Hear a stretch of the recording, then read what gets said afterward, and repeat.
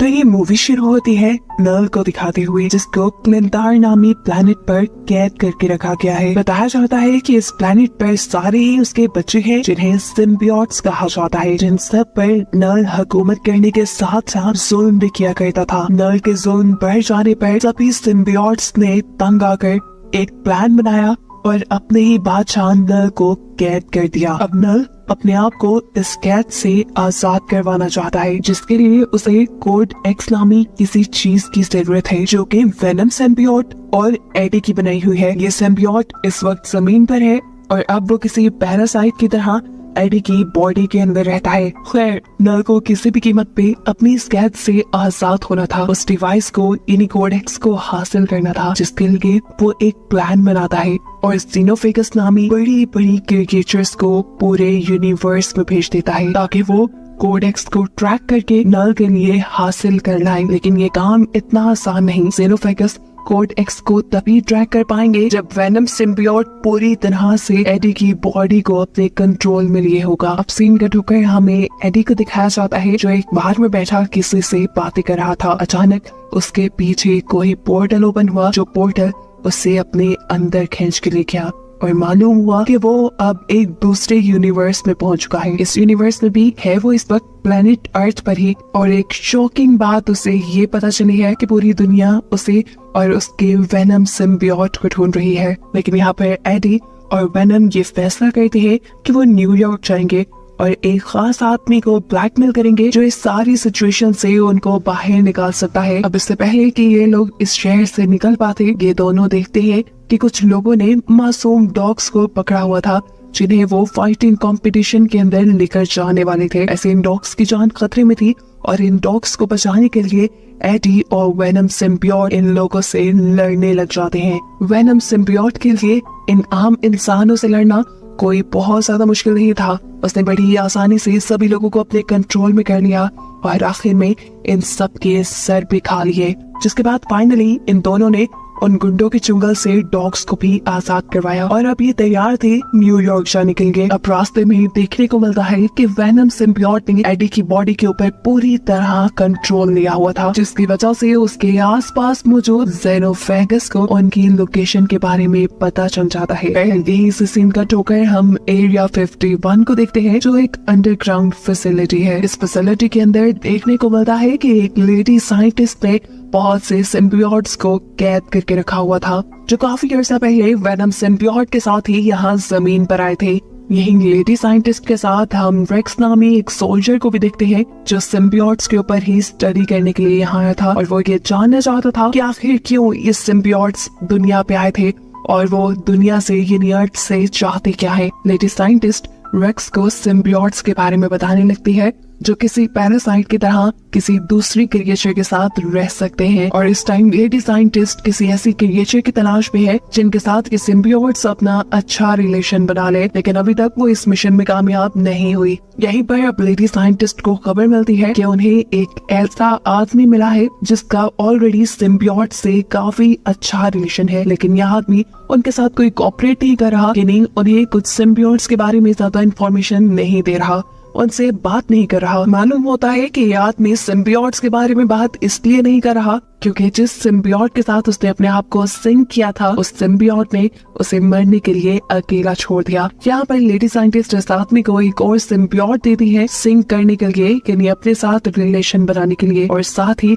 उसे ये भी बताती है कि ये सारे के सारे सिम्बियोट एक नल नामी क्रिएचर के बच्चे हैं और कैसे अपनी बेहिसी के चलते नल इन सारे सिम्बियोट्स को मारना चाहता था, लेकिन इन सारे सिम्बियोट्स ने बगावत की और मिलकर नल को ही कैद कर दिया और खुद वहां से आजाद हो गए। नल अब अपनी उस कैद से आजाद होना चाहता है, जिसके लिए उसे कोड एक्स की जरूरत है। समझ लो वो कोड एक्स उसकी जेल की चाबी है और वो कोड एक्स इन्हीं सिम्बियोट्स में से किसी एक सिम्बियोट ने बनाया है। लेकिन जितने सिम्बियोट यहाँ मेरे पास है, इनमें से किसी के पास भी कोड एक्स नहीं, और उसी कोड एक्स को लेने के लिए नल ने बहुत सारे ज़ेनोफेगस अब अर्थ पे यानी दुनिया में भेजे हैं। इधर हमें तो पता है कि वो कोड एक्स है वेनम सिम्बियोट और एडी के पास। अब सीन दोबारा वहीं पे शिफ्ट होते हैं जहां हमने देखा था कि सफर करते हुए वेनम सिम्बियोट ने पूरी तरह एडी की बॉडी पे कंट्रोल ले लिया था और उसी की वजह से एक जेनोफेगस ने उन्हें ट्रैक भी कर लिया। वो अब उनसे जैसे ही कोडेक्स लेने के लिए उनके पीछे आता है तो यहाँ हमें मूवी का एक बहुत ही जबरदस्त शॉट दिखाया जाता है जिसमें वेनम सिम्बियोट और एडी का सामना हो रहा है जेनोफेगस से और ये लोग प्लेन के ऊपर लड़ रहे हैं। इनकी लड़ाई ये ज्यादा देर चल नहीं पाती क्योंकि जेनोफेगस प्लेन के इंजन में आकर मारा जाता है। लेकिन अब इस इंसिडेंट से एक अच्छी चीज ये हो गई थी कि वेनम सिम्बियोट होशियार हो गया था। वो ये जान गया था कि जब भी वो एडी की बॉडी पर पूरी तरह कंट्रोल करेगा उसे कोई ना कोई जेनोफेगस ट्रैक कर लेगा, इसलिए अब उसे एडी की बॉडी को कंट्रोल करने से अवॉइड करना शुरू कर दिया है। और ये बात उसने खुद एडी को भी बता दी है। ये कहते ही उसे एडी को प्लेन से नीचे फेंक दिया और उसे बचाने के लिए खुद किसी पैराशूट की तरह उसके ऊपर की तरफ उड़ने लगा। अब एडी को तो ज्यादा कुछ पता नहीं था कि वो क्रिएचर जिसने उसके ऊपर हमला किया वो कौन है और आखिर वो चाहती क्या है। यहाँ पर वेनम सिम्बियोट उसे बताता है कि वो क्रिएचर जेनोफेगस है जिसे नल ने भेजा है। असल में नल कोड एक्स लेना चाहता है जो उसके जेल की चाबी है जो हम दोनों ने मिलकर बनाई है और अगर हम दोनों में से कोई भी मर गया तो वो चाबी खत्म हो जाएगी। एडी कंफ्यूज था कि उसने कोई कोडेक्स कब तैयार किया। तब वेनम सिम्बियोट उसे सारी पुरानी कहानी सुनाता है जहाँ पर उन्होंने कोडेक्स को क्रिएट किया होगा। अब यहाँ इन्हें बातें करते हुए देख लेते हैं रेक्स के आदमी यानी सोल्जर्स जो असल में किसी ऐसे ही सिम्बियोट को ढूंढना चाहते थे जिसने किसी इंसान के साथ लिंक बनाया हो और उससे वो बातें कर सके और जान सके कि आखिर उनके दुनिया पे आने का मकसद क्या है। एडी खुद इतना ज्यादा ताकतवर नहीं था लेकिन जैसे तैसे करके उसने इन सोल्जर से बचने की कोशिश की और अपने आप को बचाने के चक्कर में उसने गलती से एक सोल्जर को भी मार दिया। उसकी हमेशा से ताकत उसका सिम्बियोट ही रहा था लेकिन अब सिम्बियोट उसके ऊपर पूरी तरह कंट्रोल नहीं ले सकता था क्योंकि अगर वो ऐसा करता तो कोई ना कोई जेनोफेगस उनको ट्रैक कर लेता और उनके लिए मुसीबतें और ज्यादा बढ़ जाती। इसी सारी लड़ाई के चलते हम देखते हैं कि एडी गलती से पानी में गिर चुका है। तैरने की उसमें ताकत नहीं थी और अगर उसे बचाना था तो वो वेनम सिम्बियोट को ही बचाना था। वेनम सिम्बियोट उसे बचाने के लिए यहाँ ना चाहते हुए उसके ऊपर पूरी तरह कंट्रोल कर लेता है और ऐसे काफी सारे जेनोफेगस उन्हें ट्रैक कर लेते हैं। अब यहाँ इससे पहले कि जेनोफेगस इनके ऊपर हमला कर लेता ये लोग होशियारी दिखाते हैं और पानी से निकलने के फौरन बाद ही वेनम एडी की बॉडी को छोड़ देता है जिसकी वजह से जेनोफेगस उसे देख नहीं पाता और झुंझलाकर वो यहाँ काफी सारे सोल्जर्स को मार देता है जो एडी और वेनम के पीछे ही पड़े थे। एडी तो मौका पाकर यहाँ से भाग चुका था लेकिन पैदल वो कितना भी आगे जाता यहाँ उसकी किस्मत उसका साथ देती है और उसे एक फैमिली मिल जाती है जो रोड ट्रिप पर निकली हुई थी। वो फैमिली एडी को लिफ्ट दे देती है और बताती है कि ये लोग एरिया 51 पर रुकने वाले हैं क्योंकि इन्हें बहुत सारे एलियंस को किन्हीं सिम्बियोट्स को देखना है। एडी भूखा था। ये फैमिली एडी को खाने के साथ साथ जूते भी देती है क्योंकि एडी के पास इस टाइम जूते भी नहीं थे। रास्ते में ये फैमिली फाइनली एडी को लॉस वेगस छोड़ चुकी थी। हम यहाँ पर आकर एडी अपनी एक पुरानी फ्रेंड से मिलता है जो कि एडी के वेनम वाले रूप से बहुत ही ज्यादा इम्प्रेस थी और उन्हें खुश करने के लिए यहाँ मजबूरन उनके स्टार करने पर वेनम को एडी की बॉडी पर कंट्रोल लेना पड़ता है जिसके बाद ये दोनों यहाँ पे डांस करते हैं और इनके इस हैप्पी मूवमेंट का नतीजा ये निकलता है कि बहुत सारे जेनोफेगस उसे ट्रैक कर लेते हैं। अब इससे पहले कि यहाँ पर ही लड़ाई शुरू हो जाती वेनम एक और मर्तबा अक्लमंदी दिखाता है और एडी की बॉडी को छोड़ देता है जिससे सारे जेनोफेगस कंफ्यूज हो जाते हैं। एक तो अच्छा काम हो गया लेकिन जैसे एडी की मुश्किल कम होने भी नहीं आ रही। यहाँ पर मालूम हुआ कि लॉस वेगस के अंदर भी रेक्स ने एडी को देख लिया है। बस फिर क्या था, रेक्स और उसकी पूरी टीम ने एडी को पकड़ लिया। उन्होंने एडी और उसके वेनम सिम्बियोट को अलग कर दिया और फिर जब एडी की आंख खुली तो वो एरिया 51 के अंदर था। यहाँ एडी के साथ एडी की ही जैसे एक और इंसान जिसे कैद किया गया था जिसका एक सिम्बियोट के साथ रिलेशन भी था। वो एडी को बताता है कि नल जो इन सभी सिम्बियोट का किंग है वो पागलों की तरह एडी और वेनम सिम्बियोट को ढूंढ रहा है और ये खबर तो पहले से ही एडी को थी। यहाँ पर हम देखते हैं कि रेक्स जो कि एक सोल्जर है वो बहुत ही ज्यादा खुश है क्योंकि एडी और वेनम सिम्बियोट का रिलेशन अभी तक काफी अच्छा है और उसे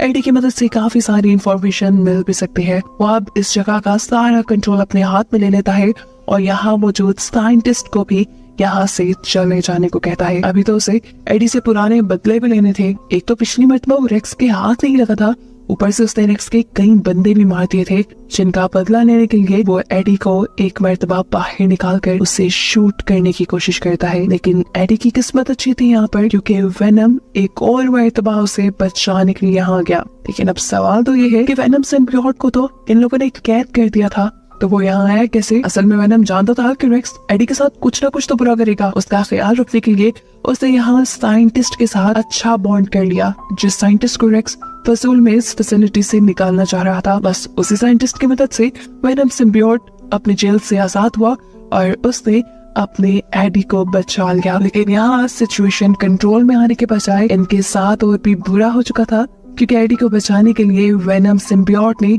उसके ऊपर कंट्रोल लिया था और ऐसे जेनोफेगस उसे ट्रैक करते हुए यहाँ आ गए। अब यहाँ पे मौजूद लेशर सिम्बियोट जो ये बात जानता था कि ये जेनोफेगस नल ने भेजे है और वो वेनम से कोड एक्स लेना चाहते हैं, वो इस सिम्बियोट को रोकता है, इससे लड़ता है और वेनम को यहाँ से भागने का मौका देता है, ये कहते हुए कि तुम चले जाओ और कभी नल को आजाद मत होने देना, यानी नल को कभी कोड एक्स मत देना। अब वेनम जानता था कि ये जेनोफेगस यहाँ पे मौजूद इंसानों को भी मार देगा उसे ढूंढते हुए, इसीलिए जाते हुए उसे साइंटिस्ट ने कहा कि यहाँ पर मौजूद सारे सिम्बियोट्स को खोल दो ताकि वो आप लोगों से रिलेशन बनाकर जेनोफेगस से आप लोगों को बचा ले। साइंटिस्ट उसकी बात मान लेती है और सिम्बियोट्स को खोल देती है और सिम्बियोट्स भी बिना वक्त ज़ाया किए काफी सारे इंसानों से बॉन्ड बनाते हुए जेनोफेगस से लड़ने लग जाते हैं और ऐसे यहाँ पर एक धमाकेदार फाइट शुरू हो जाती है। इतने में ही यहाँ पर वो फैमिली पहुंच जाती है जिसने एडी को लिफ्ट दी थी और उन्होंने एडी को बताया भी था कि वो एरिया 51 में एलियंस देखने के लिए जाएंगे, लेकिन उन्हें यह नहीं पता था कि वो एक के बजाय इतने सारे एलियंस को देख लेंगे, वो भी खुले हुए। इन एलियंस के दरमियान होने वाली धुआंधार फाइट को देखकर वो बुरी तरह डर चुके थे, क्योंकि जेनोफेगस बुरी तरह से सिम्बियोट्स को खा रहे थे और सिम्बियोट्स उन्हें हराने की कोशिश कर रहे थे। और ये कोशिश सिम्बियोट्स की नाकाम बनाने के लिए जेनोफेगस अपने बहुत से और साथियों को दूसरे यूनिवर्स से बुला लेता है। सिचुएशन को खराब देखते हुए वेनम सिम्बियोट भी यहाँ जेनोफेगस से लड़ने के लिए आ गया था, लेकिन जब उसने देखा कि बहुत सारे और जेनोफेगस भी यहाँ आ चुके हैं और वो सिम्बियोट्स के साथ साथ इंसानों की भी लाइफ मुश्किल में डाल सकते हैं, तो उसने यहाँ पे एक बहुत ही मुश्किल और बहुत ही इमोशनल फैसला किया। वेनम सिम्बियोट एडी से कहता है, देखो इन सारे जेनोफेगस को कंट्रोल करने का सिर्फ एक ही रास्ता है, वो है हम दोनों में से किसी एक की मौत, जिसकी वजह से वो कोड एक्स तबाह हो जाएगा और ये लोग इस दुनिया से चले जाएंगे। एडी सबके लिए बिल्कुल तैयार नहीं था। एडी के फैसले का वेनम इंतजार नहीं कर सकता था, क्योंकि जिन एक दो जेनोफेगस को इन्होंने मारा था वो भी अपने आप को रीजनरेट कर रहे थे। इन सभी लोगों को बचाने के लिए और सिचुएशन को संभालने के लिए वेनम अपना एक बड़ा सा रूप दिखाता है और इन सारे जेनोफेगस को अपने में लपेटते हुए एक मशीन की तरफ बढ़ने लगता है, जो मशीन हाई टेम्परेचर की मदद से एलियंस को मारने के लिए बनाई गई थी और इसे एक्टिवेट करने का काम वेनम रेक्स को कहकर किया था। सारे जेनोफेगस के साथ साथ वेनम के भी उस मशीन में जाते ही रेक्स उस मशीन को एक्टिवेट कर देता है, जिसकी वजह से वहाँ एक बहुत बड़ा ब्लास्ट होता है और ऐसे जेनोफेगस के साथ साथ वेनम भी मारा जाता है और यहाँ काफी सारे लोग बेहोश हो जाते हैं, जिसमें एडी भी था। एडी को जब होश आया तो उसे ये मालूम हुआ कि उसका दोस्त यानी वेनम सिम्बियोट अब जिंदा नहीं बचा और ये सुनकर एडी उदास हो चुका था। उसे इस खबर ने भी खुश नहीं किया था कि अब एडी पर लगाए गए सभी झूठे सच्चे इल्जाम खत्म कर दिए गए थे